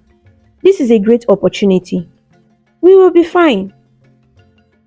After seeing the enthusiasm in her daughters' faces, Ekwe decided to accept the job. She knew that this could be the fresh start they needed. A few days later, they packed their belongings and moved into Mr. Joseph's home. Mr. Joseph had just relocated from Lagos to Kaduna. He ran his own company and was very dedicated to his business. Despite his busy schedule, he was a kind and considerate man. He made Ekwe and her daughters feel at home from the moment they arrived. This is your new home, Mr. Joseph said, showing them around the spacious apartment. You can make yourselves comfortable here. The area where Mr. Joseph lived was upscale and expensive. The schools in the neighborhood were beyond what Ekwe had initially budgeted for her daughters. Despite their excitement about the new job, Ekwe decided to wait until she received her first salary before enrolling the girls in school. Mr. Joseph showed the triplets to their room, which was large and comfortable. This room is for you 3, said with a smile. Thank you, Mr. Joseph, the girls chorused, their eyes wide with amazement. Ekwe was given her own room, which was a luxury she hadn't experienced in a long time. Thank you so much for your kindness, sir, she said, deeply moved. You are welcome, Ekwe, Mr. Joseph replied. You and your daughters deserve to feel at home here. The days that followed were busy but fulfilling. Ekwe worked hard as Mr. Joseph's housekeeper, cleaning, cooking, and managing the household. Mr. Joseph treated her with respect and appreciation.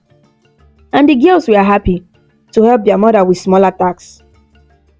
Mama, this place is so nice, Amarachi said one evening as they gathered for dinner in the kitchen. We are very lucky. Yes, we are, Ekwe agreed, smiling at her daughters. I'm grateful for this opportunity and I'm glad we are all together. The triplets continued to study diligently, reading their books and helping each other with their lessons. Ekwe was proud of their determination and intelligence. She knew that once she received her salary, she would be able to enroll them in school and give them the education they deserved. One evening, Mr. Joseph called Ekwe into his study. Ekwe, I wanted to discuss something with you, he said. I know you want to enroll your daughters in school. Please don't worry about the fees. I can help with that. Ekwe's eyes filled with tears of gratitude. Thank you, Mr. Joseph. I don't know how to repay your kindness. You don't need to repay me, Mr. Joseph replied with a warm smile. I believe in giving back and helping where I can. Your daughters deserve a good education. That night, Ekwe shared the news with her daughters. Mr. Joseph has offered to help with your school fees, she said, her voice choked with emotion. The triplets were overjoyed. Really, Mama?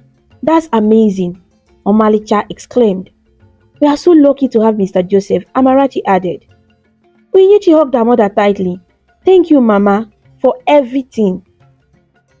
As they went to bed that night, Ekwe felt a sense of peace and hope that she hadn't felt in a long time.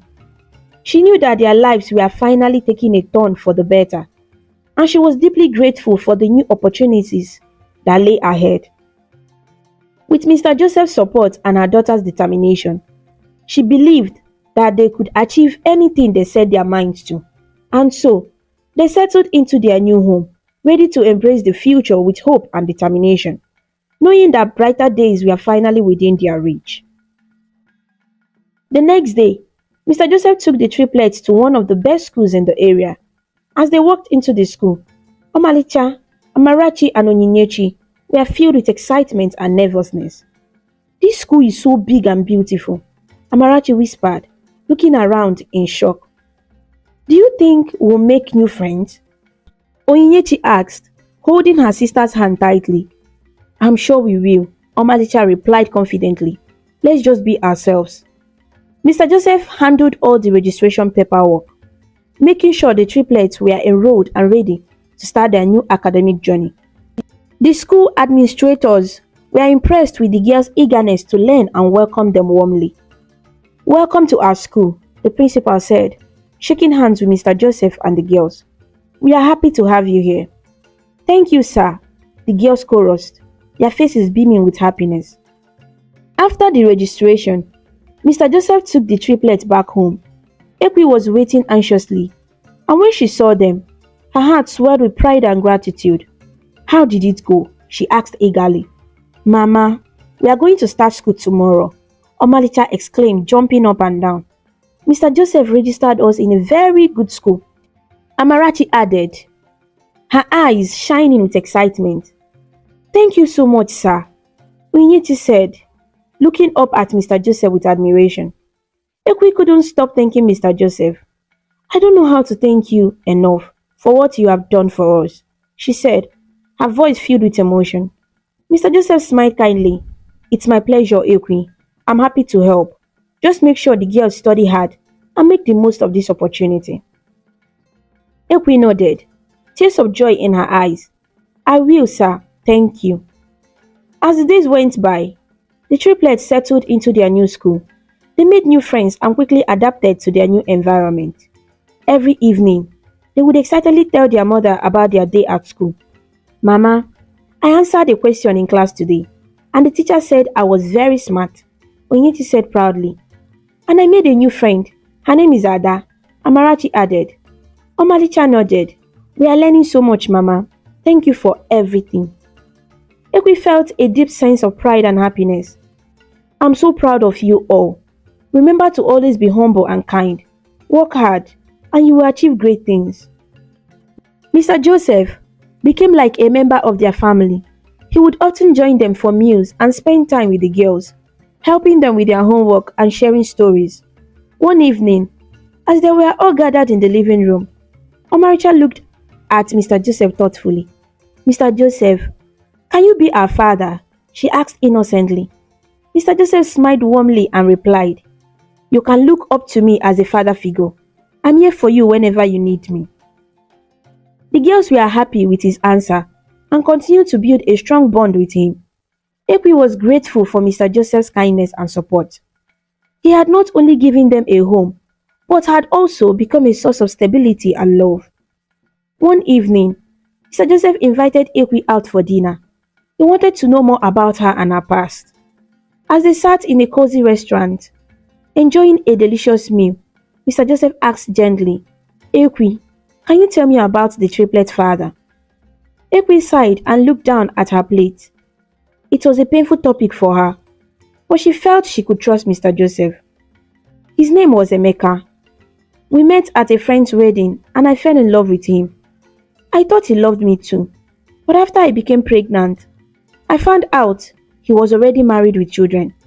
He had lied to me all along. When I confronted him, he told me he couldn't be with me.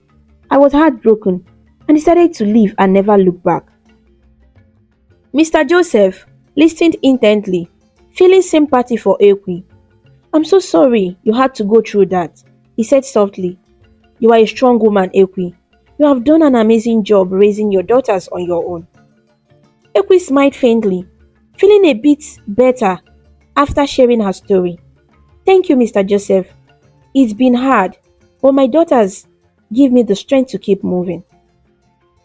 They continued to talk and share stories, and over time, they became very close friends. The triplets noticed the growing bond between their mother and Mr. Joseph and would often tease Ekwi. Mama, you should marry Mr. Joseph. Amarachi said one day. Yes, Mama, he's very nice. And we like him. Onyechi added with a smile. Ekwi blushed and laughed. Oh, you girls. Mr. Joseph is our friend. And he has been very kind to us. Let's just be grateful for his friendship and support. Mr. Joseph, who was listening nearby, smiled warmly. He had grown fond of Ekwi and her daughters and enjoyed being part of their lives. He knew that their friendship was special and valued the trust they had placed in him. As they continued to live together, the bond between them grew stronger. Ekwi felt a sense of peace and happiness that she hadn't felt in a long time. She knew that with Mr. Joseph's support and the love of her daughters, she could face any challenge that came their way. As time went by, Mr. Joseph noticed how dedicated Ekwi was to her work and her daughter's education. One evening, after the children had gone to bed, he approached her with a thoughtful expression. Ekwi, he began gently, I have been thinking, I want you to go back to school and finish your master's degree. Ekwi was taken aback. Oh, no, Mr. Joseph, I can't do that. It will be too much of a burden on you. You have already done so much for us. Mr. Joseph smiled reassuringly. It's just for 2 years, Ekwi. I promise to support you through it. You deserve this opportunity. But what about the cost? I don't want to add to your responsibilities, Ekwi said, feeling both grateful and worried. Please, let me do this for you, Mr. Joseph insisted. It will not be a burden. I want you to have the chance to achieve your dreams. After much persuasion, Ekwi finally agreed. Alright, Mr. Joseph, I will go back for my master's degree. The triplets were thrilled with the news. Mama, we are so proud of you, Omalicha exclaimed. Yes, Mama, you deserve this, Amarachi added. Onyechi hugged her mother tightly. We will help you with everything, Mama. With Mr. Joseph's encouragement and support, Ekwi enrolled in a nearby university to pursue her master's degree. Balancing her studies, work, and caring for her daughters was challenging, but she was determined to succeed. The triplets were doing exceptionally well in school, making both their mother and Mr. Joseph proud. One evening, as they all sat down for dinner, Mr. Joseph cleared his throat, looking a bit nervous. I have something important to ask, he said, standing up. Ekwi looked at him curiously. What is it, Mr. Joseph? He took a deep breath and reached into his pocket, pulling out a small velvet box. Ekwi, will you marry me? He asked, opening the box to reveal a beautiful ring. Ekwi was overwhelmed with emotion. The triplets gasped and then began to beg their mother to say yes. Mama, please say yes, Omalicha pleaded. Yes, Mama, we want Mr. Joseph to be our father, Amarachi added. Onyechi joined in, her eyes wide with excitement. Please, Mama. With tears in her eyes, Ekwi nodded. Yes, Joseph, I will marry you. Mr. Joseph slipped the ring onto her finger, and they hugged and kissed affectionately. The children squealed with delight, covering their faces. It's a joyful moment for all of us, Mr. Joseph said, beaming. Thank you for accepting the ring, Ekwi. I promise to love you and the girls forever. They all hugged happily, feeling like a true family. For the first time in a long while, Ekwi felt complete and hopeful for the future. 2 weeks later, Mr. Joseph came home with a friend. To Ekwi's shock, it was Emeka, the triplet father. Her heart raced as memories of the past flooded back. She was so overwhelmed that she ran inside, tears streaming down her face. Mr. Joseph looked at Emeka, confused by Ekwi's reaction. Do you know her? He asked.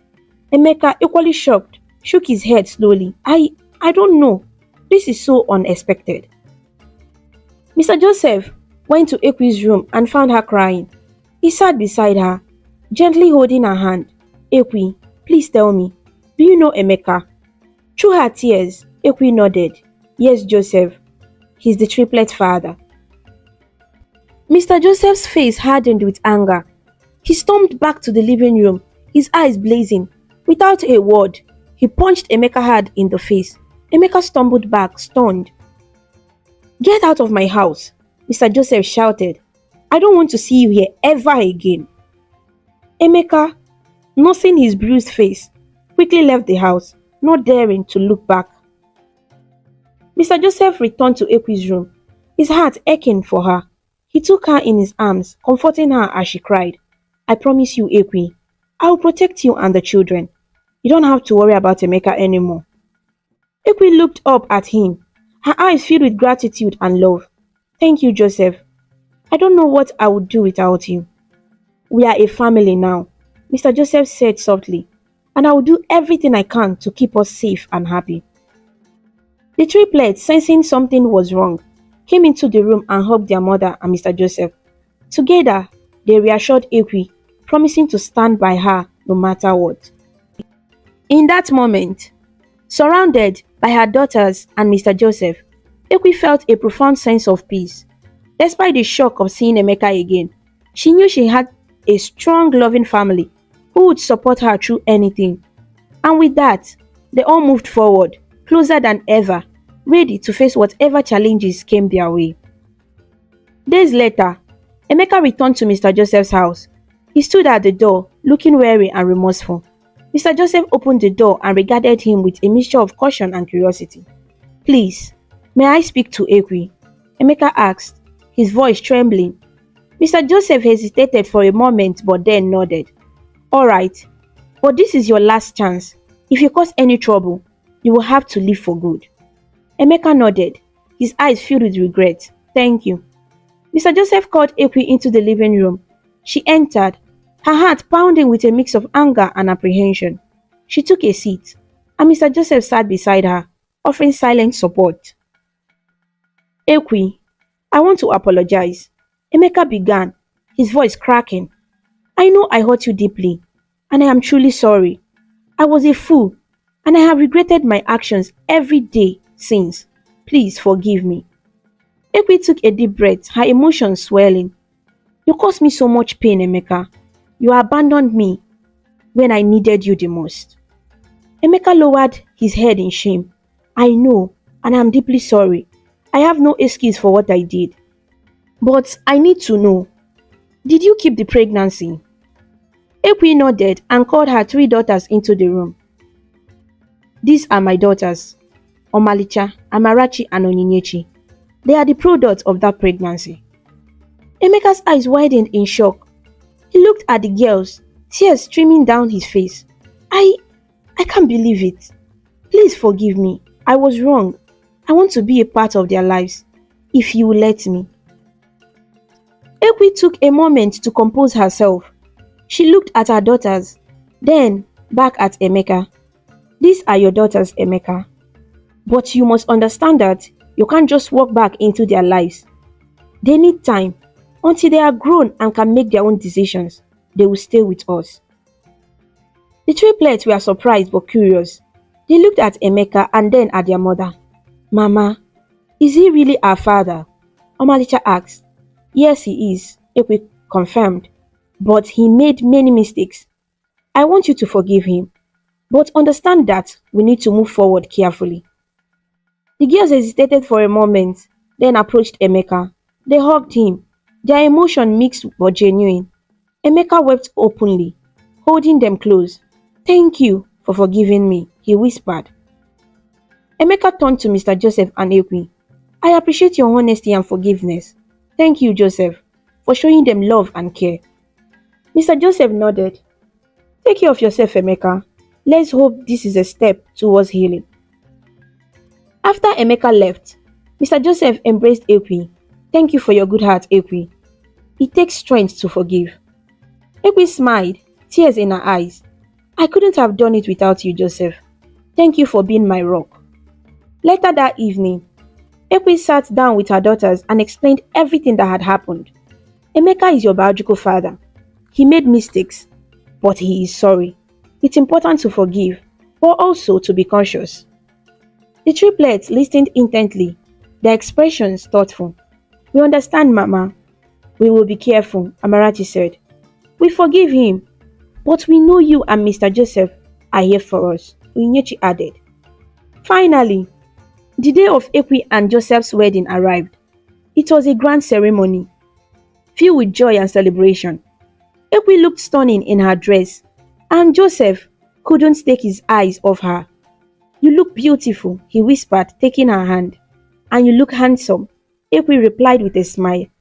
The triplets were bridesmaids, beaming with pride as they watched their mother marry the man who had become their true father figure. Friends and family gathered to celebrate the union, and there was not a dry eye during the vows. Months later, Ekwi and Joseph welcomed twin baby boys into their family. They named them Daniel and David, and the house was filled with even more love and laughter. The triplets adored their baby brothers, helping to care for them and playing with them. The family was complete, and their home was a place of warmth and happiness. Despite the challenges they had faced, Ekwi, Joseph, and their children lived happily ever after, cherishing each other and the love that bound them together. With forgiveness and new beginnings, they found the strength to build a beautiful future. This story teaches us about forgiveness and love. Ekwi had a hard time because Emeka, the father of her triplets, left her. But she didn't give up.